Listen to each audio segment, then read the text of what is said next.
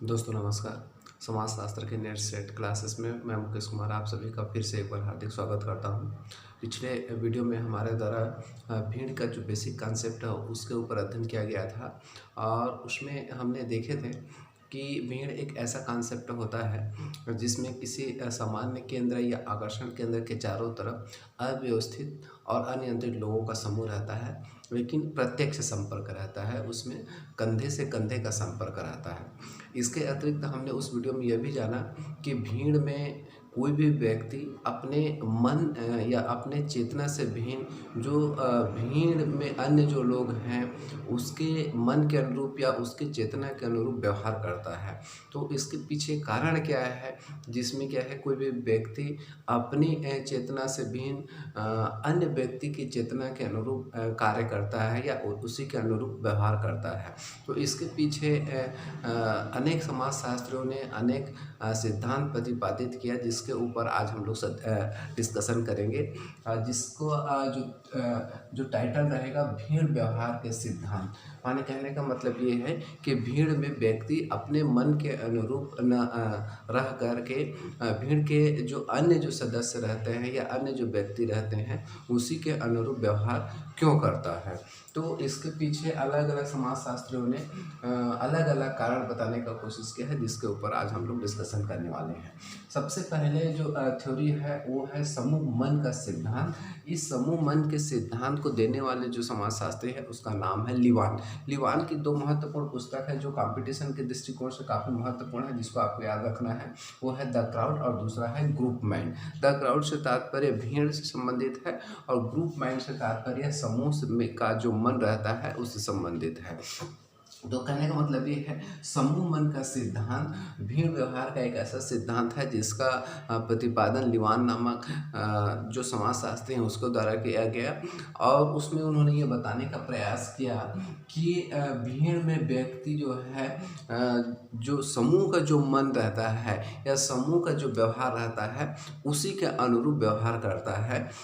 इसके अन्य समर्थक जो विद्वान हैं उसमें मुख्य रूप से मैकडूगल है, एस विनाश है, ऐसे तमाम प्रकार के समाजशास्त्री हैं। उनका ये कहना है कि भीड़ में जो व्यक्ति जो रहते हैं या भीड़ में जो कोई भी सदस्य जो रहते हैं समूह के मन के आधार पर ही अपना व्यवहार को निर्धारित करते हैं। समूह जैसा जैसा कार्य निष्पादित करेगा उसी के अनुरूप क्या है कोई भी व्यक्ति क्या है उसके अनुरूप ही अपने व्यवहार को ही निष्पादन करेगा। दूसरा है अवरुद्ध मुक्त चालकों का सिद्धांत। इसके जो देने वाले जो विद्वान है वो है फ्रायड। और फ्रायड ने इस सिद्धांत के आधार पर बताने का कोशिश किया है कि भीड़ में अचेतन मन जो रहता है चेतन मन पर प्रभावी रहता है। कहने का मतलब जो व्यक्ति का जो चेतना जो रहता है उसके ऊपर उसके अचेतन जो मन रहता है या व्यवहार जो रहता है वो प्रभावी रहता है, जिसके कारण भीड़ में कोई भी व्यक्ति अन्य जो व्यक्ति जैसा व्यवहार करते हैं उसी के अनुरूप व्यवहार करता है। कारण इसके पीछे उन्होंने ये बताया कि अचेतन मन चेतन मन के ऊपर प्रभावी रहता है, उसके ऊपर हावी रहता है। फ्रायड के एक महत्वपूर्ण पुस्तक है जो कंपटीशन के दृष्टिकोण से काफ़ी महत्वपूर्ण है, वो है टोटा मेंटेमो, जिसको आपको याद रखना है यहाँ से। उसके पश्चात है तीसरा जो थ्योरी है भीड़ व्यवहार से संबंधित, वो है सामाजिक व्यवसाय या व्यवहार का सिद्धांत। इस सिद्धांत को देने वाले जो समाजशास्त्री हैं वो है आकबर्न, निमकाक और मैकावर एंड पेज। माने कहने का मतलब आकबर्न एंड निमकाक और दूसरा मैकावर एंड पेज ने समूह में जो भीड़ व्यवहार का सिद्धांत है उसमें सामाजिक दशा या व्यवहार को उन्होंने महत्वपूर्ण माना। उन्होंने ये कहा कि समाज के अंदर जो संस्कृति रहती है, समाज के अंदर जो परंपराएं रहती है, रूढ़ियाँ रहती हैं, प्रथाएं रहती है, जो सामाजिक दशा रहते हैं, मूल्य रहते हैं, वो समूह जो वो क्या है भीड़ में किसी व्यक्ति के व्यवहार को प्रभावित करते हैं। तो ये है सामाजिक दशा एवं व्यवहार का सिद्धांत, जिसको देने वाले विद्वान हैं आकबर्न, तालीम का और मैकार पेज। दूसरा जो अन्य जो सिद्धांत है वो है पारस्परिक उत्तेजना का सिद्धांत। इसको देने वाले जो विद्वान है वो है अल्पोर्ट। अल्पोर्ट ने भीड़ व्यवहार के सिद्धांत के पीछे पारस्परिक उत्तेजना का सिद्धांत को काफी महत्वपूर्ण माना। अल्पोर्ट का ये कहना है कि भीड़ में जो व्यवहार रहता है या भीड़ में जो व्यक्ति का गतिविधि रहता है वो उसको दूसरे व्यक्ति द्वारा पारस्परिक रूप से उत्तेजित किए जाते हैं और उसी के अनुरूप कोई भी व्यक्ति क्या है व्यवहार करता है। इसको समझाने के लिए भीड़ से संबंधित जो थ्योरी है उसको समझाने के लिए एक छोटा सा मैं डायग्राम बनाया है, उसको आप देख लीजिए। इसमें ये बताया गया है कि ये मान लीजिए किसी प्रकार का आकर्षण केंद्र है और ये आकर्षण केंद्र किसी भी प्रकार का हो सकता है। मान लीजिए एक्सीडेंटल आकर्षण केंद्र हो सकता है, या फिर मान के चलिए किसी प्रकार का मदारी का खेल हो सकता है, या फिर मान के चलिए किसी प्रकार का कोई हड़ताल या स्ट्राइक होता है वो भी हो सकता है। ठीक है, ये तमाम प्रकार के कुछ भी हो सकते हैं। माने कि आकर्षण केंद्र रहेगा और इसी आकर्षण केंद्र के चारों तरफ ये व्यक्ति या लोगों का एक अव्यवस्थित समूह रहेगा जो अनियंत्रित भी रहेगा, लेकिन इनके बीच में आपस में प्रत्यक्ष संपर्क रहेंगे और कंधे से कंधे का संपर्क रहेंगे। ये भीड़ का एक बहुत महत्वपूर्ण कॉन्सेप्ट है जिसको आपको याद रखना है। अब देखते हैं भीड़ का वर्गीकरण। माने भीड़ का प्रकार अलग अलग जो समाजशास्त्री हैं वो अलग अलग तरीके से बताया है, जिसको आपको याद रखना है, जो कंपटीशन के दृष्टिकोण से काफ़ी महत्वपूर्ण है। इससे संबंधित क्वेश्चन भी कंपटीशन में पूछे जाते हैं। भीड़ के वर्गीकरण में सर्वप्रथम ब्लूमर ने 4 प्रकार का भीड़ का वर्गीकरण किया है। एक तो सर्वप्रथम है आकस्मिक भीड़, दूसरा परंपरागत भीड़, तीसरा है अभिव्यंजनात्मक भीड़ और चौथा है क्रियाशील भीड़। आकस्मिक भीड़ तत्कालिक रूप से उपस्थित होते हैं। मान के चलिए किसी प्रकार का कोई एक्सीडेंटल केस हो गया, या फिर मान के चलिए किसी बच्चे या फिर किसी व्यक्ति का किडनैपिंग वगैरह का मामला हो गया, तो उसको सुलझाने के लिए या किसी प्रकार का उसमें क्रिया करने के लिए जो भीड़ इकट्ठा होता है उसको ब्लूमर ने आकस्मिक भीड़ कहा है। परंपरागत भीड़ से तात्पर्य होता है कि जैसे मान के चलिए हमारे यहाँ छत्तीसगढ़ में क्या है कि प्रवचन वगैरह होता है तो उसके चारों तरफ या उस प्रवचन को सुनने के लिए जो श्रोता समूह उपस्थित होते हैं उसको परंपरागत भीड़ कहते हैं। तीसरा है व्यंजनात्मक भीड़ और चौथा है क्रियाशील भीड़।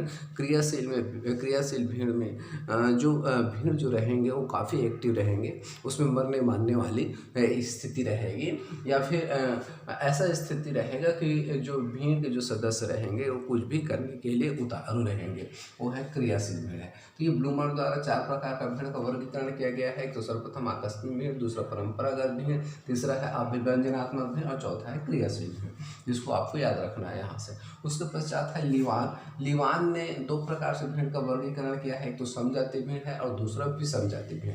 समजाति भीड़ जैसे मान के चलिए महिला लोगों का भीड़ हो सकता है, या पुरुष लोगों का भीड़ हो सकता है, या आयु से संबंधित हो सकता है, किशोर लोगों का भीड़ हो सकता है, या फिर युवा लोगों का भीड़ हो सकता है, या वृद्ध लोगों का भीड़ हो सकता है। दूसरा विषमजाति भीड़ में किसी प्रकार का आयु या फिर मान के चलिए या किसी प्रकार का लिंग या सेक्स का किसी प्रकार का संबंध रहेगा। जो ग्रुप या भीड़ रहेंगे उसमें सभी वर्ग या सभी लिंग के सदस्य रहेंगे, उसको विषमजाति भीड़ के नाम से लीवान द्वारा संबोधित किया गया है। माने लीवान द्वारा भीड़ का 2 प्रकार से वर्गीकरण किया गया है, एक तो समजाति भीड़ और दूसरा विषमजाति भीड़। इसके पश्चात है किम्बाल यंग ने 2 प्रकार का वर्गीकरण किया है, एक तो औपचारिक भीड़ और दूसरा है अनौपचारिक भीड़। औपचारिक भीड़ एक क्या बोला जा सकता है, जो औपचारिक भीड़ एक प्रकार से कहने का मतलब जिसमें जो संबंध रहेंगे या फिर जो किसी प्रकार का कार्य विधि होगा वो मुख्य रूप से औपचारिकताओं को लिए रहेगा, और उसमें जो उद्देश्य की जो प्राप्ति हो जाएगी उसके पश्चात तुरंत वो क्या है भीड़ क्या है समाप्त हो जाएगा।